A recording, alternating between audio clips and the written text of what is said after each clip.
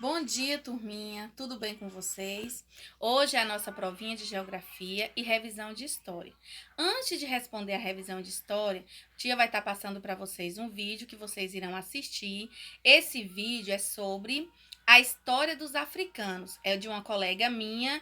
Vocês assistam. Logo em seguida, a tia vai estar explicando também em slide a cultura africana, tá bom? Assistam com bastante atenção e em seguida responde a revisão de história. Qualquer dúvida é só chamar a Tia Lene. Vamos lá? Que tal viajarmos no tempo para descobrirmos como aconteceu a chegada dos primeiros africanos aqui no Brasil? Vamos embarcar nessa viagem? Por volta de 1500, quando os portugueses chegaram aqui com suas embarcações, eles encontraram os índios que já habitavam nosso país. Em busca de riquezas aqui na nossa terra, eles encontraram o pau-brasil, que era uma madeira muito apreciada na época, e convenceram os índios a trabalhar em troca de alguns objetos. Mas isso não durou muito tempo, pois os portugueses queriam escravizá-los, o que gerou revoltas e guerras. Muitos índios foram exterminados e alguns conseguiram fugir mata adentro nas florestas fechadas do nosso país. Foi então que os portugueses começaram a trazer pessoas do continente africano para serem escravizadas aqui no Brasil. Isso ocorreu por volta do século XVI. A África é um imenso continente formado por muitos países. Os africanos que foram trazidos para o Brasil nesse período faziam parte de 3 grandes etnias: os povos de língua iorubá, os de língua banto e os denominados sudaneses. A população brasileira que possui descendentes africanos está vinculada a ancestrais que nasceram dessas 3 grandes etnias, principalmente na Bahia, no Pernambuco, no Maranhão, na Paraíba, no Rio de Janeiro e no norte do estado de Minas Gerais. Embora em outros locais do país a presença africana também tenha sido marcante. Você sabia que você pode ser descendente desses primeiros africanos que vieram para o Brasil? Os africanos capturados eram transportados em navios como esse, chamados de navios negreiros. Neles não havia muito espaço, as pessoas ficavam umas sobre as outras, mal tinha comida e água e não havia a menor condição de higiene. Por isso, muitas pessoas morriam antes mesmo da chegada ao Brasil. Aqueles que sobreviviam à travessia eram tratados como mercadorias e seriam vendidos em leilões. Isso é revoltante, não é mesmo? O comércio de africanos rendia muito dinheiro aos traficantes de escravos, aos comerciantes e ao governo da época.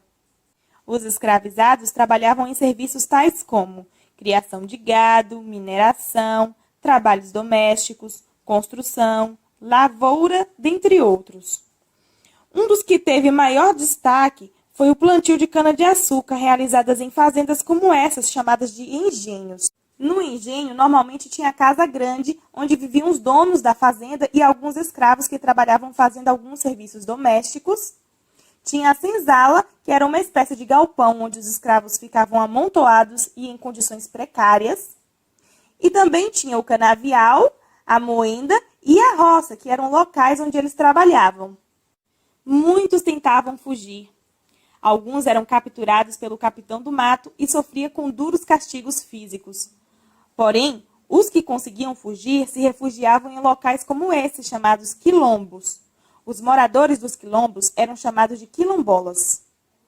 O mais famoso quilombo foi o Quilombo dos Palmares, liderado por Zumbi. Ele foi capturado e morto no dia 20 de novembro de 1695. Em muitos estados do Brasil, houve líderes que, assim como Zumbi, lutaram contra a escravidão. Vamos contar agora a história de Zumbi dos Palmares. Zumbi nasceu em 1655 em uma das aldeias do Quilombo dos Palmares.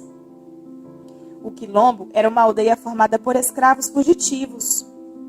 O Quilombo dos Palmares recebeu esse nome pela grande quantidade de palmeiras que existia no local e que desenvolveu na Serra da Barriga, no estado de Alagoas. Inicialmente, Palmares se formou com alguns escravos fugitivos de engenhos instalados em Pernambuco. Mas com o tempo, outros escravos fugiram e se instalaram lá. Acredita-se que o Quilombo chegou a ter mais de 20 mil habitantes. Ainda pequeno, Zumbi foi capturado e entregue ao padre Antônio Melo. O padre resolveu chamá-lo de Francisco. O tempo passou e Francisco, já adolescente, lia, escrevia, falava latim e português, interessava-se pelas estratégias do jogo de xadrez e ajudava nas missas como coroinha. O padre Antônio de Melo escreveu várias cartas a um amigo exaltando a inteligência do garoto. Era um garoto brilhante. Por volta de 1670, com 15 anos, Zumbi fugiu e voltou para o Quilombo. Nesse período, o Quilombo dos Palmares já tinha um líder. Era o tio de Zumbi. O seu nome era Gangazumba. Porém, esse líder já estava cansado de tantas lutas para defender o Quilombo e, por isso, estava decidido a assinar um acordo de paz. Mas o acordo não iria acabar com a escravidão, e isso desagradou boa parte dos integrantes do Quilombo. Foi nesse momento que Zumbi rompeu com seu tio Gangazumba e passou a ser aclamado como um grande chefe por aqueles que ficaram em Palmares. Zumbi tornou-se um dos líderes mais famosos de Palmares. Alguns dizem que o nome Zumbi significa força do espírito presente. Ele lutou incansavelmente contra a escravidão dos negros e era conhecido como um protetor leal e corajoso de seu povo. Zumbi era um extraordinário e talentoso dirigente militar. Explorava com inteligência as peculiaridades da região.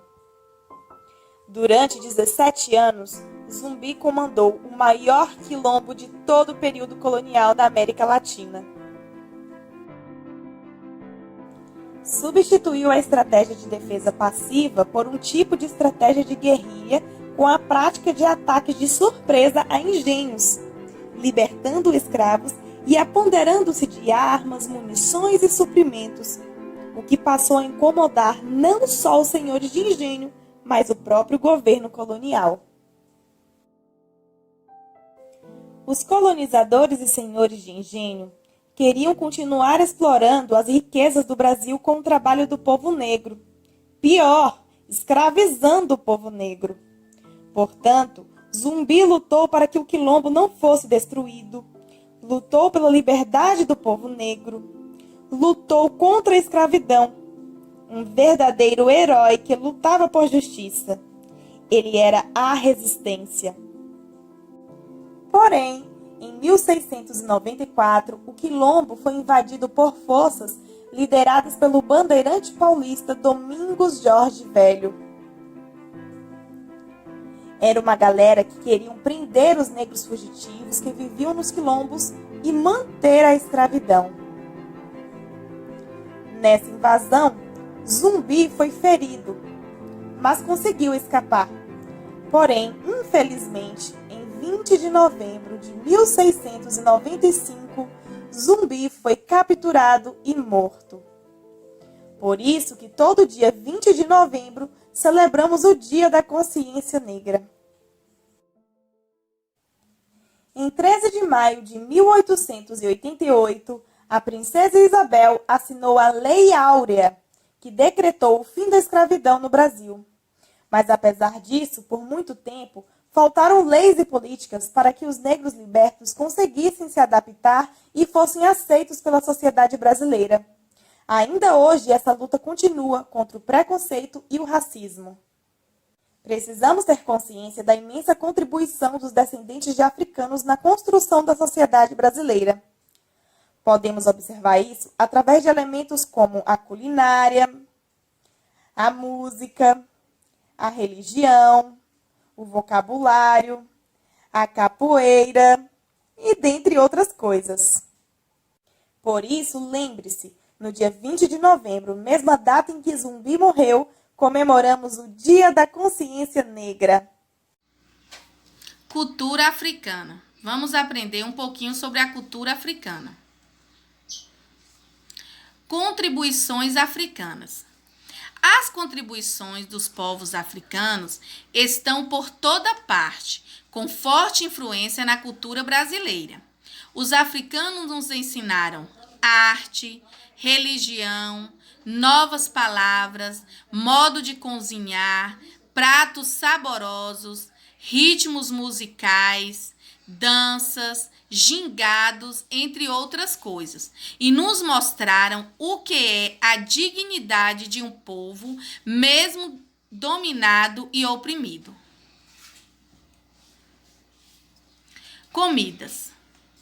Muitas comidas que são populares no Brasil são de origens africanas. Por exemplo, aqui tia trouxe alguns dos exemplos de comidas que são de origens africanas e que os brasileiros ainda usam. Acarajé, caruru, canjica, vatapá, feijoada, mandioca, que é conhecida também como macaxeira, e aipim. Milho. O milho tem os seus derivados, como pamonha e mingau, que também é de origem africana. Cuscuz, banana, pimenta, azeite de dendê, quiabo e inhame. Meus amores, vocês prestam bastante atenção, porque tia Lene cobrou isso na prova. Instrumentos. As danças e músicas estão muito presentes na cultura africana, e isso proporcionou a criação de vários instrumentos musicais africanos, como pandeiro, berimbau, agogô, atabaque e afoxé. Tia vai mostrar cada um deles. Prestem atenção, porque quando chegar na prova, não pode esquecer nenhum desses instrumentos. Aqui nós temos o agogô. Observa como é esse instrumento. Afoxé, pandeiro, atabaque, que é conhecido também como tambor, e o berimbau. Dança. Danças africanas são exemplo de manifestações culturais dos povos africanos. Temos aqui alguns exemplos: capoeira, congada, jongo e maracatu. Religião.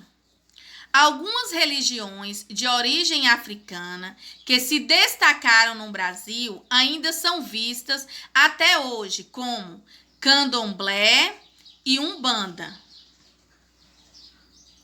Meus amores, estudem bastante, assistam o vídeo várias vezes para não ter dúvida na prova. Beijos, amo vocês e boa prova!